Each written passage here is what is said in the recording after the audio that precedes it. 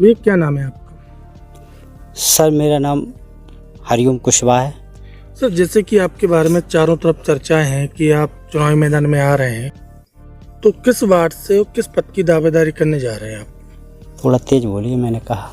आप किस वार्ड से किस पद की दावेदारी करने जा रहे हैं? देखिए सर, मेरा जो वार्ड है भोजला वार्ड है 7 नंबर, भोजला जिला पंचायत जी।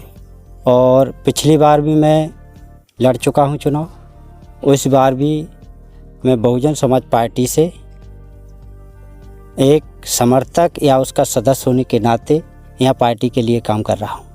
ऐसा क्या कारण है जिसके चलते आज आपको चुनावी मैदान में आना पड़ा? सर कारण देखा जाए तो कारण तो बहुत है, लेकिन राजनीति, हमारे देश में जो राजनीति बनाई गई है, इस कारण से मैं राजनीति में आया। राजनीति कुछ लोगों ने व्यापार का एक सौदा बना के रखा है। मैं समझता हूँ राजनीति एक व्यापारिक नहीं होनी चाहिए। ये जनमानस का मुद्दा है। एक कल्याण के लिए राजनीति बनाई गई है, लोगों के विकास के लिए राजनीति बनाई गई है। कुछ चंद मुट्ठी लोग आते हैं, पैसे की घमंड या चूर जो भी समझा जाए, और वोट लेकर के वो चले जाते हैं, घर में बैठ जाते हैं। हमको कुंडी खटखटाना पड़ता है, समय भी नहीं मिलता है। आप जिला पंचायत सदस्य की जिम्मेदारियों को किस प्रकार समझते हैं?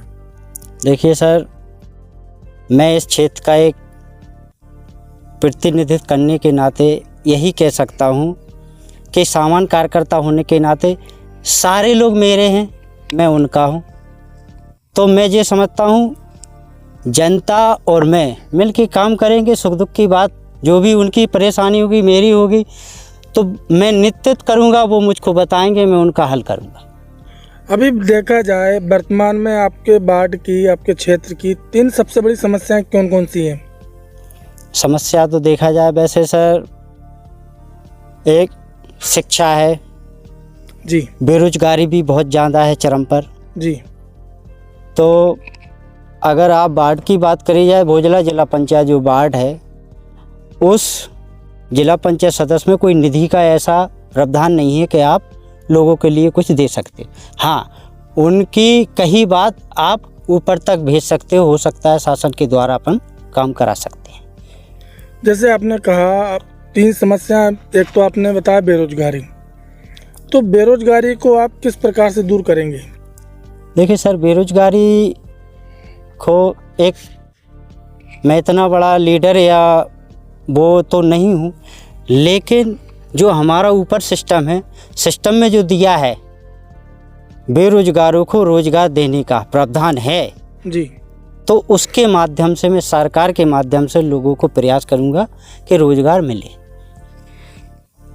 मनरेगा एक बहुत बड़ी एक ग्रामीण क्षेत्र के लिए एक योजना रही, तो उसको भी कुछ लोगों ने झोले में रख के सही तरीके से व्यापार बने, गांव में विकास के लिए जो होता है उसमें कार्य वो धरातल पे नहीं उतार सकते अभी तक, मैं समझता हूँ। आप जिला योजना समिति में आप अपने क्षेत्र की बात को किस प्रकार से मजबूती के साथ रखेंगे?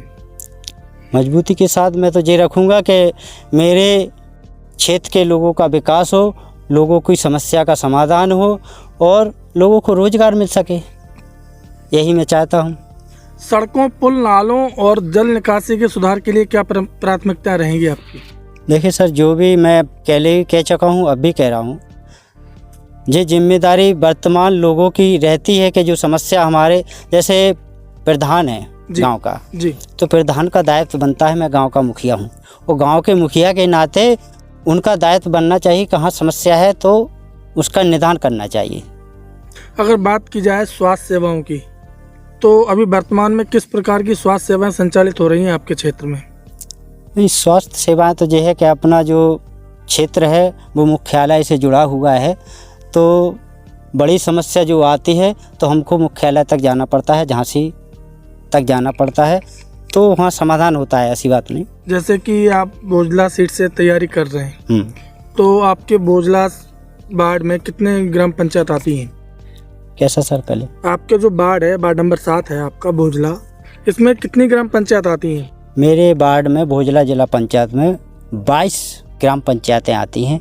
लगभग छोटा मोटा कस्बा मिला के 35-36 अपने कस्बे हैं, मतलब गांव हैं, गाँव। ग्रामीण। तो इन जो आपने बताई 22 ग्राम पंचायत आती हैं, इन 22 ग्राम पंचायतों में आंगनवाड़ी केंद्र संचालित हो रहे हैं? होता है, क्यों नहीं होता है। जो बच्चों को, महिलाओं को पुष्टाहार मिलना चाहिए वो बराबर मिल रहा है अभी? मेरे हिसाब से मिल रहा है, लेकिन उसकी जो डिस्ट्रीब्यूशन होना चाहिए सही तरीके से, जी जैसे मान के चलो गांव में कंट्रोल की व्यवस्था है, जी, तो उसका एक निर्धारित समय है कि चलो ठीक है मिल रहा है। तो यहाँ भी कुछ लोग करीबी होने के कारण या ना करीबी होने का छूट भी जाते हैं। मिल तो रहा है, मिलता भी है। अगर जैसे आपको आपके क्षेत्र की जनता आशीर्वाद देती है और आप जिला पंचायत सदस्य के पद पर आते हैं, तो सबसे पहली प्राथमिकता क्या रहेगी आपके विकास के लिए? मेरी प्राथमिकता यही रहेगी सर कि मैं उस पद का ग्रहण करने के पश्चात मैं यही सोचूंगा कि जो सरकारी योजनाएं हैं, क्योंकि मैं अपने धन या घर से आप वहाँ से तो इतनी दे नहीं सकता, लेकिन जो सरकार का प्रावधान है, सरकार की योजनाओं का प्रावधान है, उनको लोगों तक पहुँचाऊँगा, बताऊँगा और उनका वहाँ से दिलाने की कोशिश करूँगा। चैनल के माध्यम से क्या संदेश रहेगा सभी क्षेत्रवासियों के लिए? सभी क्षेत्रवासियों को मैं चैनल के माध्यम से आज 26 जनवरी 2026 की सभी क्षेत्रवासियों एवं ग्रामवासियों को दिल की गहराइयों से बहुत बहुत बधाई देता हूँ। धन्यवाद। धन्यवाद।